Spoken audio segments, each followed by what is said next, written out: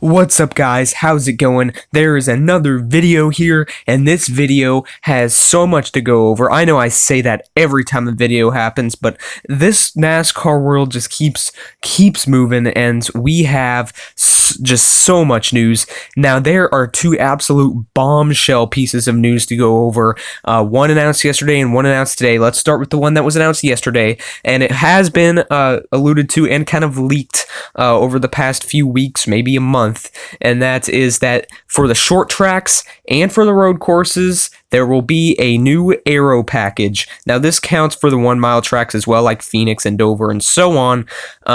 This is very similar to the short track package they had in 2017 and 2018. Teams agreed to this now to get better racing for the fans, even though they didn't want that originally. Now, they had an 8-inch splitter, and they will have an 8-inch splitter on 1.5 miles and up, but that will go down to a 2.75 spoiler I'm talking about, not splitter. I'm so tired. I don't know. Yes, but spoiler. I know that.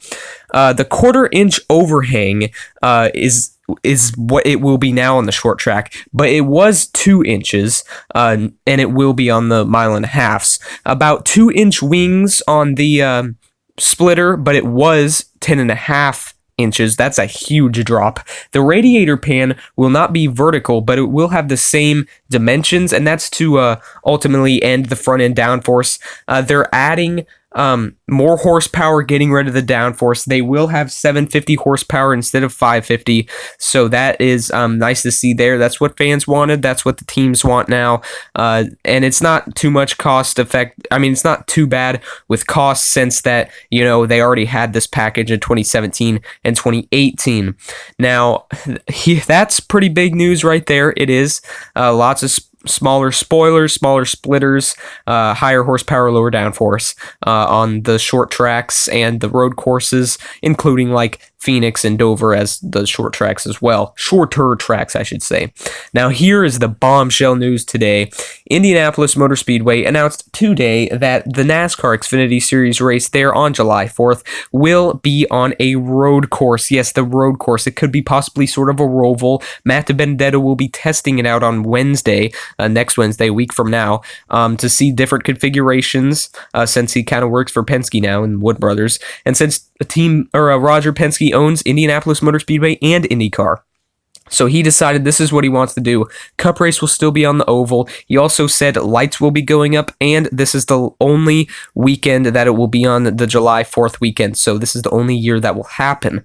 That's really interesting to see there. And yeah, Indianapolis road course for the NASCAR Xfinity Series. I mean, it's interesting. I mean, it was kind of alluded to for a little while. So it's not too exciting, or I mean, we already knew, you know, but it's nice to see it confirmed. Dale Earnhardt Jr. will be racing at Homestead Miami Speedway in the NASCAR Xfinity Series in the number 8 car with Hellmann's as the sponsor. That will be his only race of the year. He also announced that Unilever and he have signed a partnership and will expand it into 2020. That is the company that owns Hellmann's and Regu and stuff like that. So that's really nice to see there. They've been with each other since 2009, a really long time. And yeah, nice to see there Dale Earnhardt Jr. news, and that is his paint scheme right there. Kind of like it. I kind of like the 2019 Darlington throwback a little better. But, you know, at first when I seen this, I thought it was pretty ugly. It reminded me more of mustard than mayonnaise, but I kind of like it now. I mean, not as much as, like I said, but I mean, it's okay. Yeah, I like it. Todd Gilliland. Now, here's some more news. Nobody was expecting this. Todd Gilliland will be going full-time in the NASCAR Gander RV and Outdoors Truck Series in the number 38 Ford F-150 for Front Row Motorsports. They are expanding to a Truck Series team, and obviously they're Fords. And now that Gilliland's dad's team, DGR Crosley, is now Ford's, Front Row will have a alliance with DGR Crosley. How crazy is all of this? This is extremely crazy. Nobody was expecting this to happen. And yeah, Todd Gilliland, full-time in the Truck Series. Number 38, third generation Gilliland in that 38, in a 38, I should say. So that's pretty nice to see there. Family traditions going on. And numbers mean a lot, so it's nice to see that. Derek Kraus will be going full-time in the NASCAR Gander RV and Outdoors Truck Series in the number 19 Toyota Tundra for McAnally Hillman Racing. Now, this is a new team because Bill McAnally Racing had Kraus in the K&N Series, but now Hillman will be joining them, and they will have an alliance. This brand new team, they will have an alliance with Hattori Racing Enterprises, the 2018 Gander Trucks champs, now have Austin Hill as the driver. They will have him again for the second year in a row. And yeah, that should be good there. They're going to have a partnership and alliance with HRE, Hattori Racing Enterprises. So Derek Kraus, full-time in the Truck Series, Toyota Tundra, number 19 for McAnally Hillman Racing, brand new team.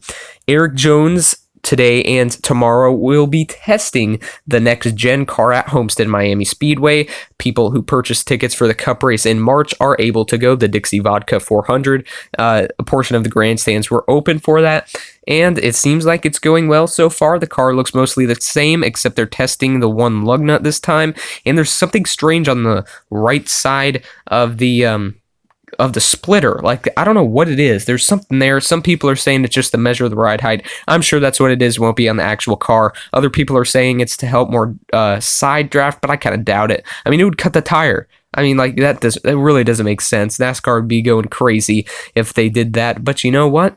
It's not the first time NASCARs went crazy. So,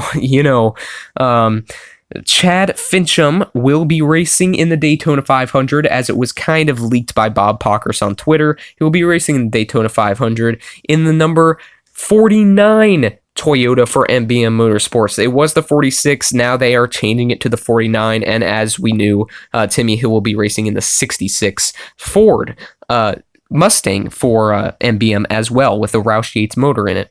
Menards has came back on Brandon Jones's car for 15 races this upcoming season. Jeff Green will be returning for 2 races in RSS's racing number 38 car, that Chevrolet. It'll be the first Daytona race and Talladega. And he will have C2 Freight as the sponsor for both of his races, like he has had for most of the 2019 season. Pala Casino will be coming on the Corey LaJoie's car for 2 races this season. One starting at Auto Club at the pretty much beginning of the year, and then at the very end of the season at the championship race at Phoenix Raceway in November. So yeah, that's nice to see there. They are based in California, so it makes sense they're doing the Out West races as the sponsorship for Corey LaJoie in that number 32 Ford Mustang for Go Fast Racing, which now has an alliance with Stewart Haas Racing, as we already knew.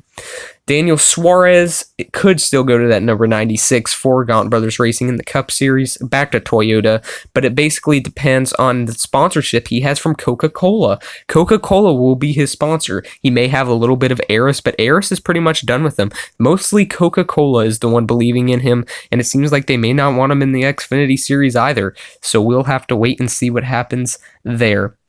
Verizon is looking to come back into NASCAR for the first time, actually. They're looking to come into NASCAR, kind of making a deal with them. Like, if they sponsor NASCAR, NASCAR wants, well, if they're sponsoring NASCAR, NASCAR wants them to give more 5G technological things to all the tracks and stuff like that, just more fan appeal. So, yeah, I mean, I think that would be a good deal if it worked out. I certainly hope it does, because NASCAR really needs it. So I hope that does work out. Shane Wilson will be the crew chief of Tanner Gray in the Truck Series in the number 15 Ford F-154.